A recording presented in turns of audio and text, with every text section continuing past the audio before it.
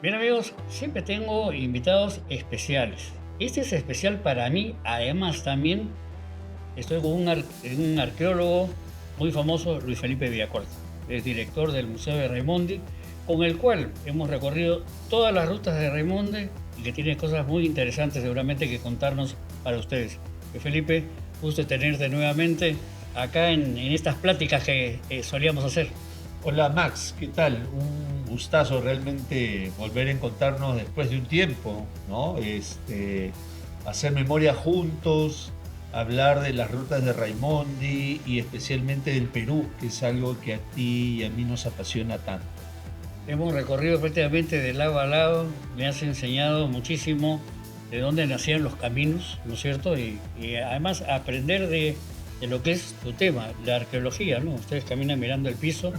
Y algo que me enseñaste y me ayudó mucho en mis reportajes que hacía, que me decías, nosotros nunca hablamos de supuestos. Sola, a veces teníamos tertulias y te preguntaba cosas y tú me decías, no puedo, o sea, de lo que no está demostrado no puedo hablar. ¿Sí? Sí, pues eso es un poco la naturaleza de la ciencia arqueológica que cuenta historias a partir de los objetos físicos, Así ¿no? es.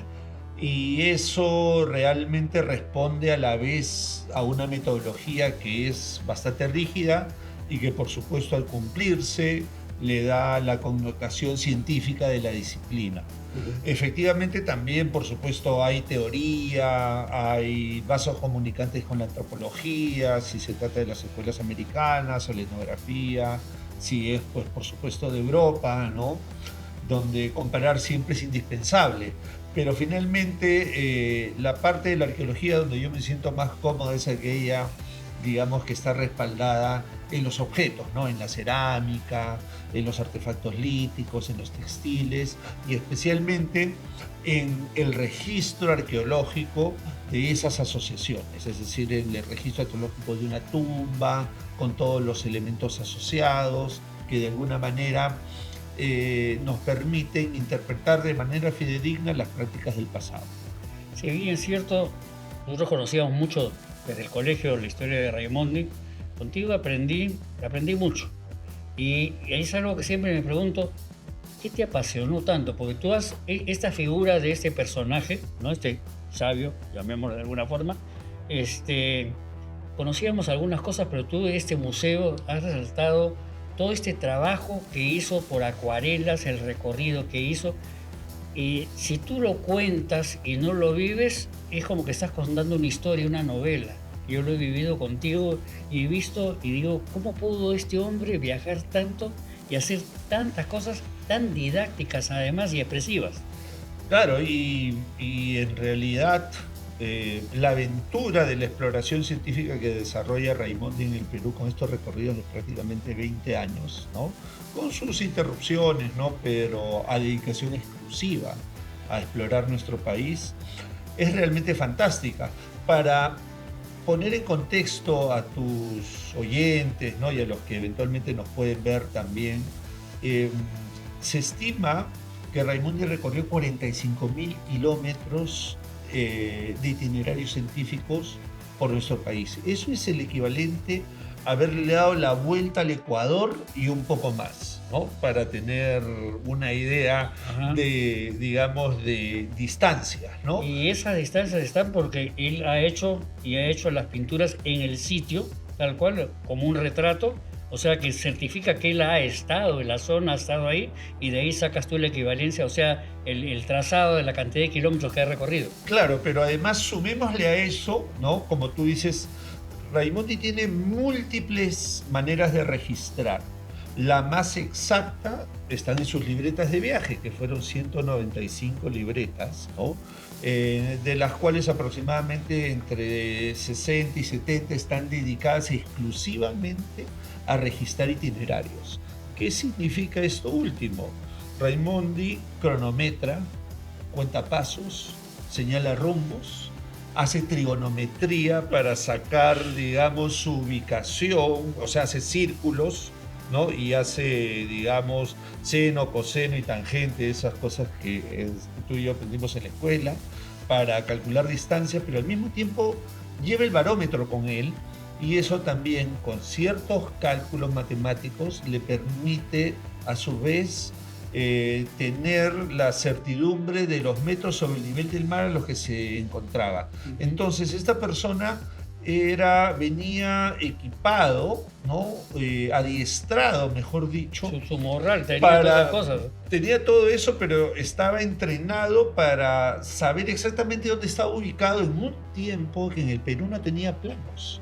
El mismo, porque estamos hablando que Raimondi inicia sus exploraciones en Perú en 1850, termina el año 69, y él mismo al inicio de sus relatos lo deja de manera muy clara, que no existían planos ni mapas fidedignos de la República.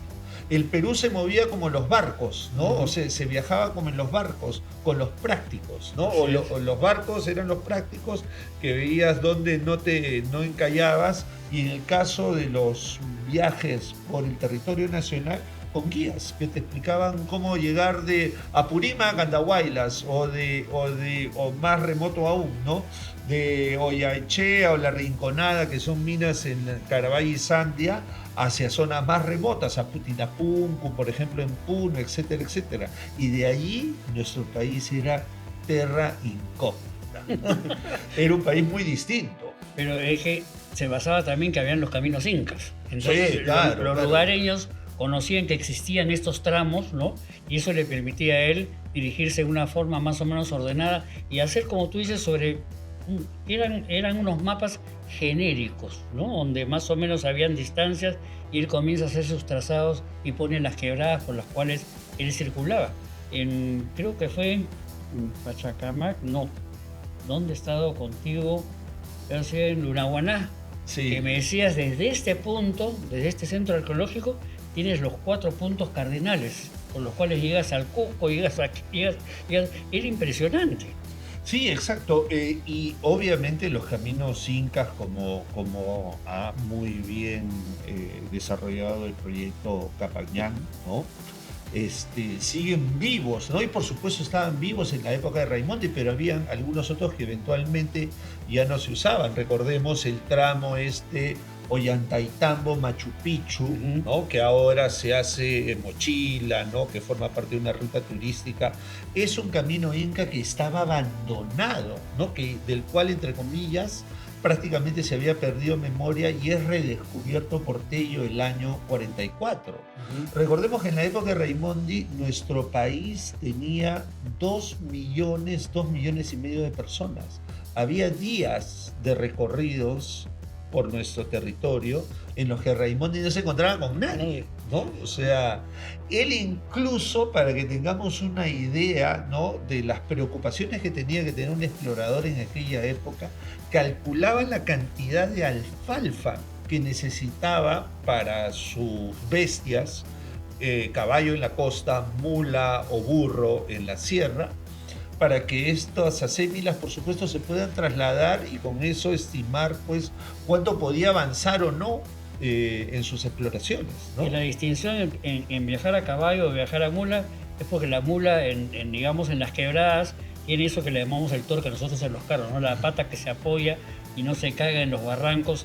El caballo era uno solo, que algunos me dicen por ahí que era un sistema de ambulancia de repente para algo más ligero, una salida, pero todos eran acémilas, todos eran burros, mulas. Exactamente, la acémila es famosa por ser mucho más firme, ¿no?, en territorio accidentado, ¿no? Y Raimondi las cuidaba muchísimo. Siempre andaba, por cada persona tenía 2 o 3 o 2 acémilas por lo menos, ¿no? La que llevaba la persona, la que llevaba la carga y la de reemplazo, que iba casi siempre cargada con la alfalfa adelante, ¿no? Para que las otras sientan el estímulo del hambre y además era la más ligera, entonces era más fácil. La zanahoria que se ponía. La zanahoria que ponían adelante, entonces, y por supuesto, ella después rotaba el peso para, por supuesto, permitirle descansar, ¿no?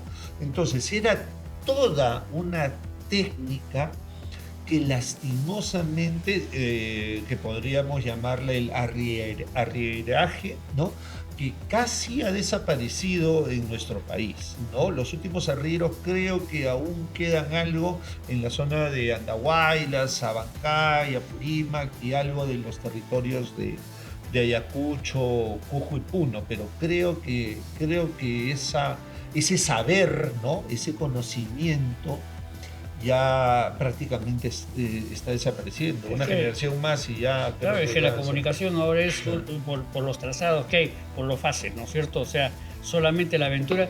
Y en eso, por ejemplo, creo que se ha perdido un poco lo que teníamos antes de la pandemia. Nosotros como prensa, ¿no? O sea, yo como comentarista, viajábamos porque habían promociones de Mincetur, ¿no es cierto? De gobiernos regionales, municipalidades, que invitaban a la prensa para conocer destinos y en mi caso, por ejemplo, siempre busqué lo no conocido. Contigo conocí muchas cosas que ahora digo se han perdido, no las veo, o sea, no están dentro de los itinerarios comunes. Sí, pues yo creo que la pandemia nos golpeó mucho y creo que golpeó mucho también el entusiasmo ciudadano, y hay que decirlo, también tenemos una degradación política que pasa también por las autoridades a todo nivel, ¿no? Bueno, lo hemos comprobado con los resultados que hemos tenido ayer en el Congreso, creo que es el 9º o 10º presidente en los últimos 10 años, ¿no? Pero antes tú y yo sentíamos un involucramiento de la autoridad local, ¿no? Y de verdad, en diálogo al espejo con Micetur o Promperú, ¿no?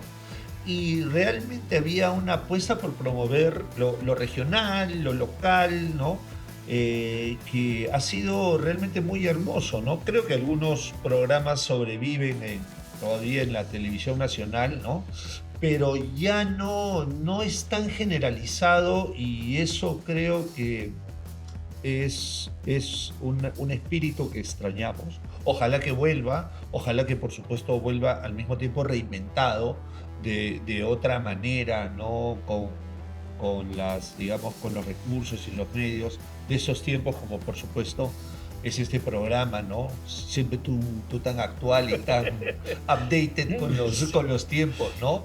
Entonces, y porque el Perú de verdad es un destino inagotable, ¿no? Y eso lo podemos ver nosotros que hemos recorrido tanto el país, lo dijo Raimondi hace tantos años, y antes de Raimondi otros viajeros, como Mosisa de León, 300 años antes. Es decir, el Ande, la cordillera, nuestro país, con todos estos más de 100 climas de los 120, 140 que han registrado los geógrafos y los ecólogos, realmente es un crisol estimulante de biodiversidad, y a eso nosotros le tenemos que vincular las diferentes manifestaciones regionales, actuales y ancestrales, ¿no? Entonces eso realmente es maravilloso, ¿no? Tenemos un país de mucho estímulo. Sí, la gente a veces no entiende cuando a veces me dicen, "Oye, yo quiero al Perú", y le digo, "Oye, pero ¿lo conoces el Perú o qué? ¿Es simplemente lo dices por sentimiento?". No, viaja. El dicho que yo tenía cuando hacía las travesías y camioneta, saca tu camioneta a pasear, ¿no? Pero siento que estamos regresando a estos 10, 15 o 20 años que he viajado contigo desde atrás, ¿no es cierto? En donde siempre encontrábamos en estos destinos gente del exterior, extranjeros, de alguna forma, alemanes, italianos, mucha gente que viajaba, y el peruano después se comenzó a unir. Ahora la pandemia nos ha desunido nuevamente. Tenemos una gran cantidad digamos, de viajeros que vienen acá al Perú por lo que tenemos, pero el peruano no. El peruano se está distanciando un poco de estos lugares, salvo lo que es aventura, que se ha evolucionado muchísimo, ¿no? Sí, pues bueno, tenemos este tema de los influencers, ¿no? Que de verdad ocupan un espacio muy importante, relativamente novedoso, ¿no? En la dimensión nueva de las comunicaciones que vivimos post pandemia, ¿no? Mencionas algo interesante, que es, digamos, la presencia de extranjeros, ¿no? Bastante de ellos europeos que aparecen promocionando también destinos no tradicionales de nuestro país. Eso me parece también interesante. Yo creo que, como todos hemos visto, eh, Europa está bastante convulsionada en los últimos tiempos, ¿no? El mundo está muy polarizado. Y yo creo que destinos como el Perú o América en general, porque yo creo que esa dimensión sí la podemos generalizar, ¿no?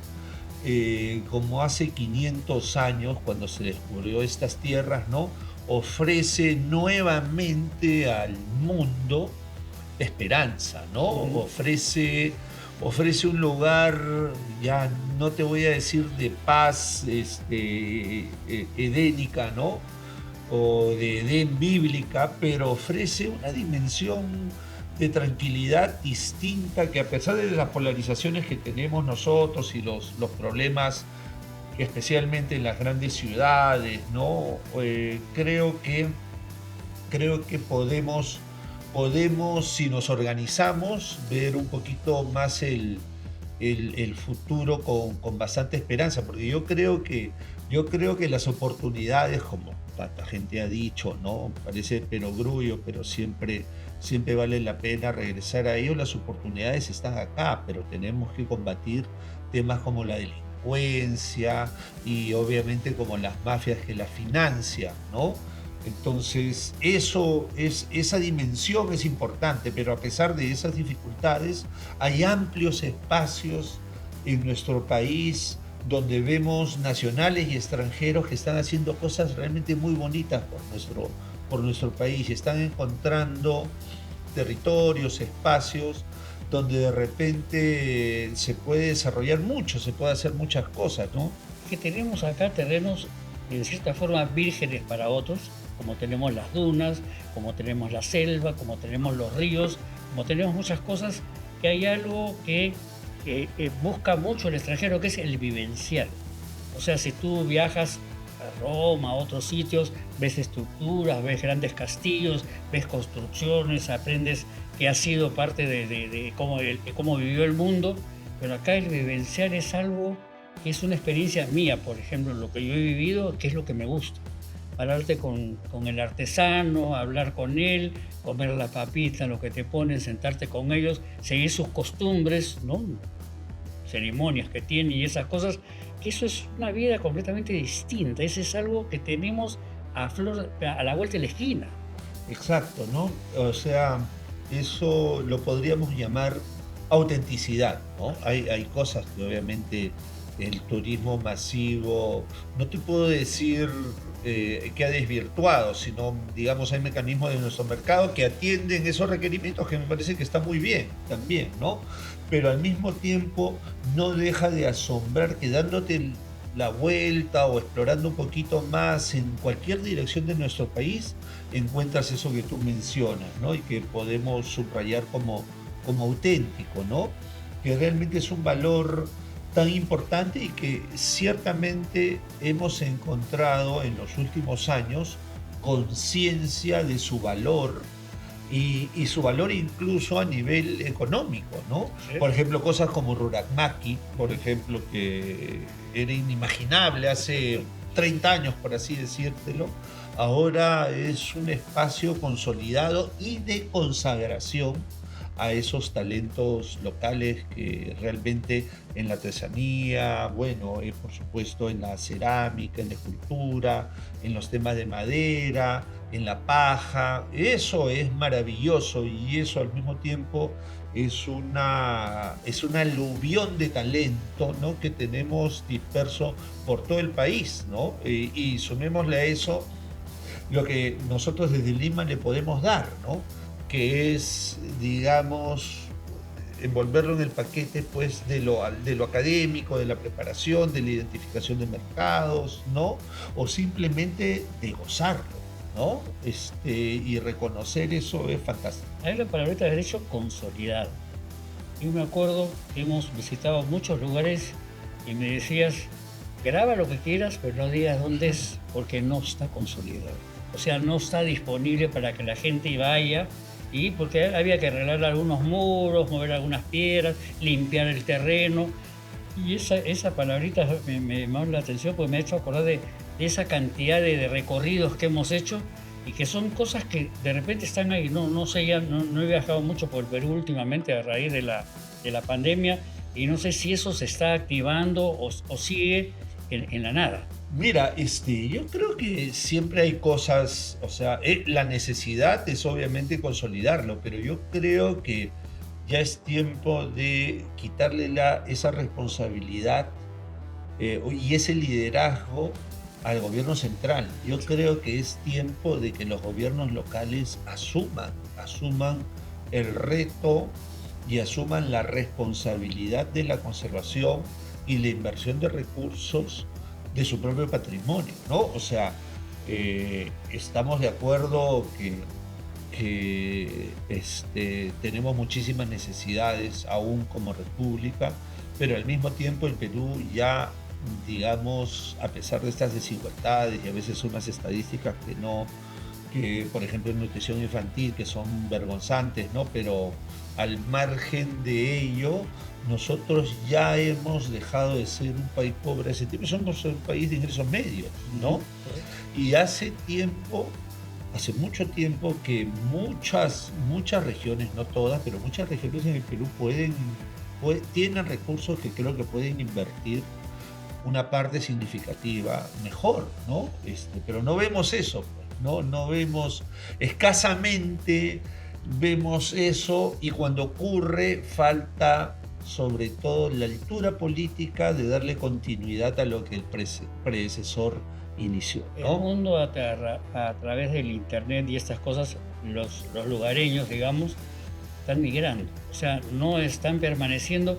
Cuando se comenzó a crear una cultura y hemos ido, o sea, seguramente lo ha hecho muchísima gente, por ejemplo, cuando íbamos a Cuela, allá en María, me acuerdo que no tenían pues la ducha de agua fría, entonces le dijimos poner un calentador, los manteles eran esos de plástico con cuadraditos, ¿no es cierto? Las tazas eran de latas y dijimos ponle de mimbre, y se comenzó a educar a la gente para que haya mayor cantidad de visitantes con cierto confort, ¿no es cierto? Porque el viajero, digamos, que yo te decía, que busca lo vivencial, no necesariamente busca demasiado confort. Y en eso se ha vuelto a perder, no hay educación en eso para que la gente se quede y aproveche los recursos naturales que tienen en su zona. Sí, pues yo creo que, mira nomás lo que pasó con Cuela, ¿no? Que inauguramos aeropuerto, ¿no? Y ahora se inauguró ruta turística, se preparó a la gente, y lo que pasó en los últimos años fue que se cayó una parte del monumento, se cerró el aeropuerto, entonces la gente también se desilusiona, ¿no? Se frustra. Y eso es trágico para la confianza ciudadana en sus autoridades, ¿no? Eso es lo que nosotros tenemos que revertir, pero lastimosamente es lo que más tiempo y recursos a la vez cuesta hacerlo superar, ¿no?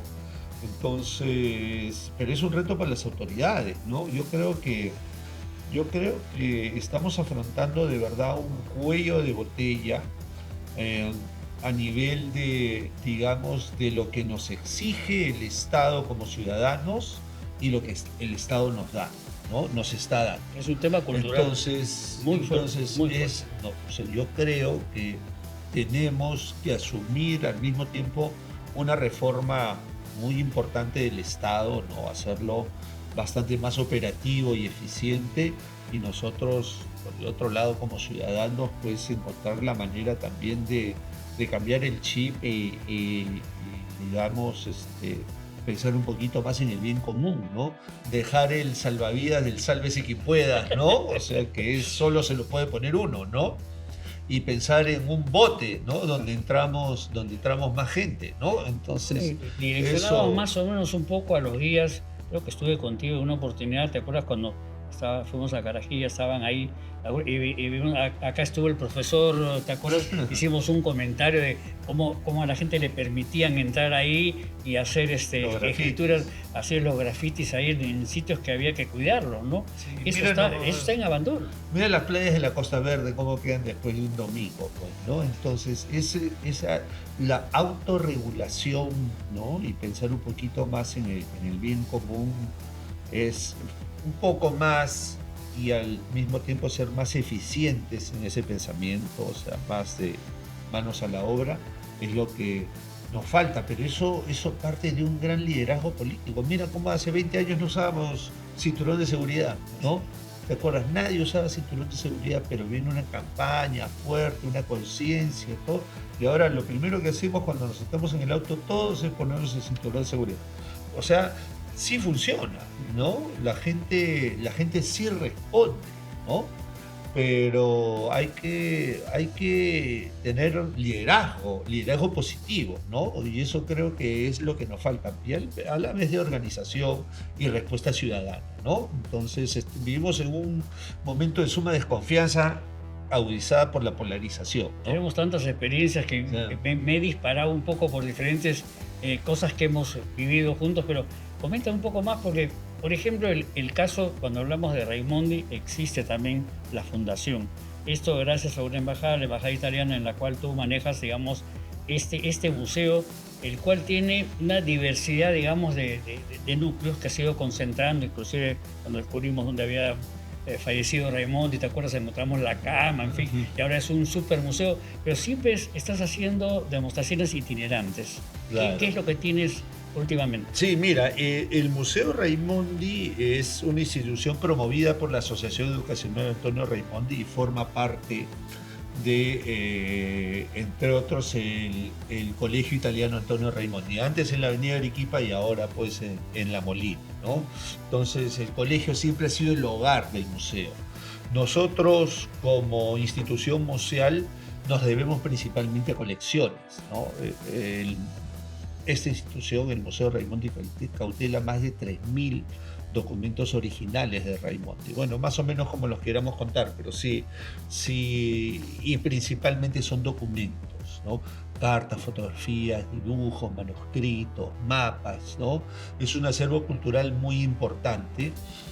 Y bueno, yo estoy a cargo del museo de hace más de 20 años y hace más de 10 tenemos un proyecto muy bonito, emblemático, que se llama Tesoros del Perú, la huella de Antonio Raimondi, donde ya este año, con la exposición que actualmente tenemos en Tacna, vamos a superar las 100.000 visitas, ¿no? En estos 13 años. Hemos hecho exposiciones, miren, lugares como Huaraz, el Museo de Chavín de Huántar, hemos hecho exposiciones en Cajamarca, en Cusco, en Arequipa, en San Juan del Lurigancho, que es la única exposición de este formato que hemos hecho en Lima. Después de pandemia hemos hecho en Abancay, en Loreto y ahora en Tacna, gracias a una alianza que hemos hecho con la Fundación Cultural del Banco de la Nación, y la muestra de Raimondi que está ahora en Tacna se exhibe en la Casa Museo Jorge Basadre, en el Centro Cultural Jorge Basadre, el historiador de la República, tacneño ilustre, ¿no? Y esa exposición va a estar todo el año 2026 hasta fines de, por supuesto, este año. En esta sede a la que invitamos a toda la comunidad tacneña y por supuesto de la región Tacna, de la región Macrosur, Tacna jala mucha visita de la zona de Moquegua, de la zona de Puno y también de Cusco y Ayacucho en menor medida, ¿no? Entonces es un destino muy, muy valorado en la región sur, además, bueno, de los vecinos chilenos, ¿no? Que siempre visitan la ciudad de Tacna, ¿no? Entonces, lo bonito del formato de tesoros, que se llama así el proyecto, es que realizamos una exposición que te habla sobre lo que Raimondi dijo, registró o descubrió en esa localidad. Y al mismo tiempo convocamos a concursos al talento escolar en collage, historietas vinculados a Raimondi. Y sale realmente una, una respuesta ciudadana muy bonita, ¿no? Somos el único museo de Lima, lo digo sin vanidad, pero es cierto, que tiene un formato para exposiciones en el interior de la República, ¿no? De testeado, formalizado, ¿no? Y en ejecución desde hace más de 10 años. Nuestra primera exposición es del 2013. Bueno, hay tanto que conversar contigo, Sí. hay tanto que mostrar, tanto que explicarle, digamos, al público, que estoy seguro que estaremos en otra oportunidad nuevamente conversando, porque lo que siempre digo, si quieres querer al Perú, tienes que conocerlo, y conocerlo es en esta forma, viajando. Hoy en día estas rutas que hemos hablado son más carrozables, hay mayor cantidad de facilidad y hay que viajar. Tenemos unas grandes oportunidades para la gente, para los lugareños, de poder vivir de esto que es natural, ¿no? Está ahí, hay que saber usarlo nada más. Y ojalá las autoridades nuevamente vuelvan a promocionar el país como fue un entonces. Y gracias también a lo que tú haces y a la delegación que tienes, desde Puruchuco, ¿te acuerdas el Puruchuchito que se hizo? Sí. Y todas esas cosas que hacen, digamos, que mantengamos en cierta forma estas cosas que tiene este país maravilloso. Correcto, Max. Mira, ha sido un gustazo volver a sentarme contigo y seguro volveremos a viajar pronto, ¿no? Hay que ajustar agendas nomás, pero de verdad, gracias por darme la oportunidad de dirigirme a tu gran audiencia y numerosa, por supuesto, de los programas que diriges y simplemente hacer otra oportunidad. Muchas gracias. Y amigos, no se olviden, en una próxima oportunidad estaremos con siempre una nota interesante con Max Grombers.